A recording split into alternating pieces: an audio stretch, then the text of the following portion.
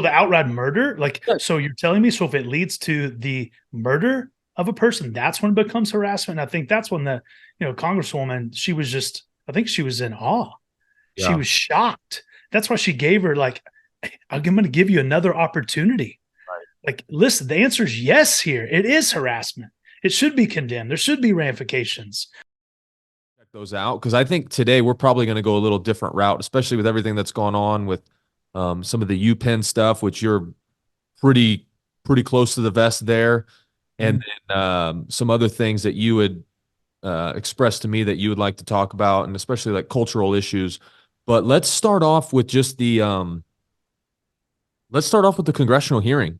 So, what has been first of all, why did they need to get brought in before Congress? Because I haven't. That was the first thing I saw about the UPenn situation.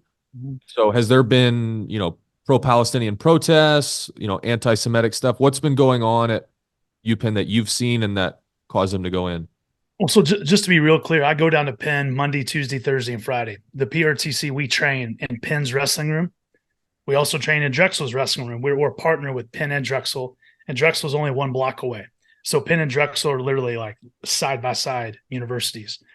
And want to be really clear, I do not walk up and down campus because I don't have classes there anymore. I'm an alumni, but I'm not going to classes anymore. I hang out mostly near the wrestling room. So it's not like I've experienced or been part of seeing tons of protests, or not, it's not like I videoed and took notes on everything being seen. But I would say just my trust in reading the Daily Pennsylvanian, listening to students, reading what had been written by many different news sources, not just one, is that, clearly Penn was, experiencing a lot of, call it pro-Palestinian, pro-Hamas, anti-Israel protest, where Jewish people on the campus of the University of Pennsylvania felt threatened, Yeah. felt unsafe. And I think that the truth is you could have brought more than just 3 presidents to the congressional hearing. I mean, they chose specifically Harvard, MIT, and Penn. And as you may know, Harvard and Penn are 2 Ivy League schools. MIT is one of the best universities in the world as well. They chose those 3 schools, but they could have easily have chosen, many other ones. But for particular reasons, that those 3 schools had definitely had anti-Semitic protests on their campus, and that's where that started. For my opinion, and the congresswoman from New York chose to ask those 3 presidents the specific questions that she asked them. Now, what was the basis behind their answering? Because it doesn't seem like I can't imagine that that's what they believe. Is that streamlined from, the board of trustees or the dean's office? Like, how do they come up with those answers? Because I can't imagine if that congresswoman would have said, is it okay to call for the death of black people, or is it okay to call for the death of trans people? Right. Their answers would have been the same. It seems very politically and even, us being Christians, spiritually driven. What what do you see as that, like, as the issue there as far as It's Yeah, it's really interesting. With AI now, artificial intelligence, they were able to, insert that congresswoman's question, um, as connected to what you just said. They inserted black people, the genocide of black people, the genocide of LGBTQ, the genocide, um, of Asian Americans. And clearly, when it came across that way, it sounded as bad to me, just as bad as then when she asked for, what do you feel about calling for the genocide of the Jewish people? I mean, it's the point is it's all sin. It's all missing the mark. It's all bad. It's all wrong. And their answers. This is my opinion. I believe it's true. I really believe, and I've read some documentation to point to this. Is I believe that all 3 of those presidents, I believe they hired a law firm to meet with them to go over potential questions they may be asked. I'm sure that those law firms gave them what they perceive to be wise counsel in regards to how to answer those questions. And it seems to me that all 3 presidents stuck to the script, meaning we want to put a flag in the ground for free speech. We don't want to condemn any particular race, country, ethnicity, etc.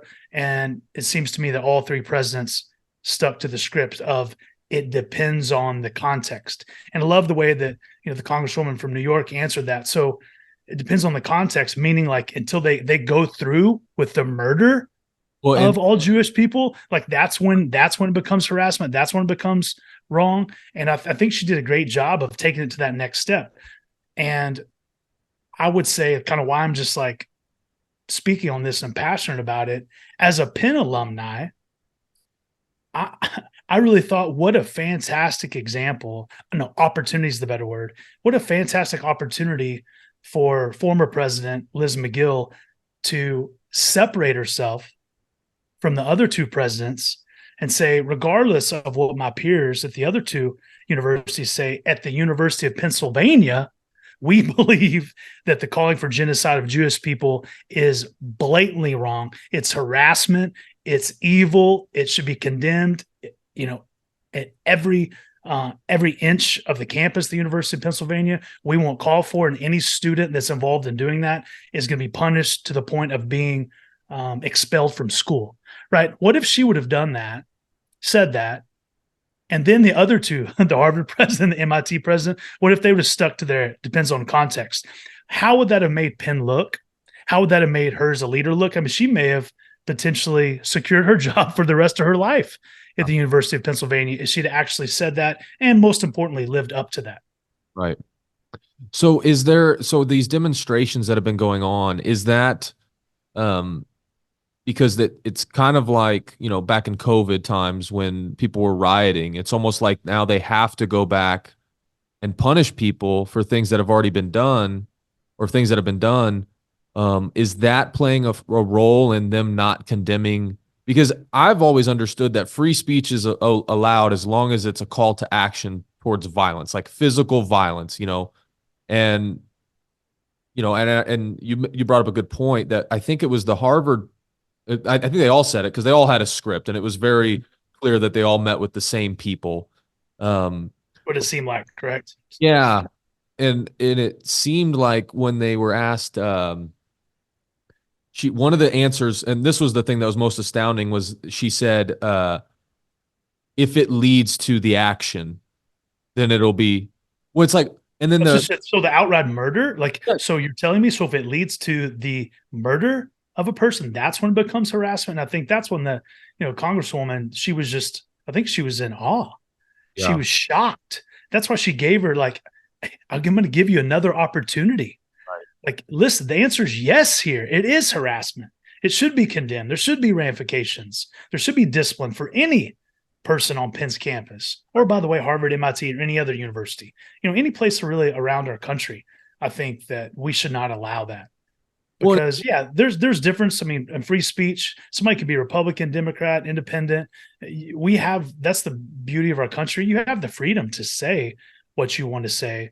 But when you start calling for I think a lot of times people don't know what words mean. Right. Meaning, like, I think there's chunks of people that don't even know what genocide means. Right. They don't understand that genocide means like the total destruction of, in this particular instance, the Jewish people. Yeah. So it's not just calling for murder of one person, right? This is the destruction of all Jewish people. And I think a lot of people are like, oh, you're overreacting. Like, no, we are not. People that have the viewpoint that I have, we're not overreacting. And I sent you I'm really thankful that our University of Pennsylvania Grapplers Club, which it's I would say it's like our booster club for the University of Pennsylvania. Our board of advisors, we came out and we made a recommendation. Actually, it ended up happening. We recommended that the University of Pennsylvania Board of Trustees would remove President Magill from her presidency. And the next day, that happened. And this is not some pat on the back for us, for the Grapplers Club, or myself at all. I just think it was the right thing to do. Yeah. And I'm thankful that the next day she ended up resigning.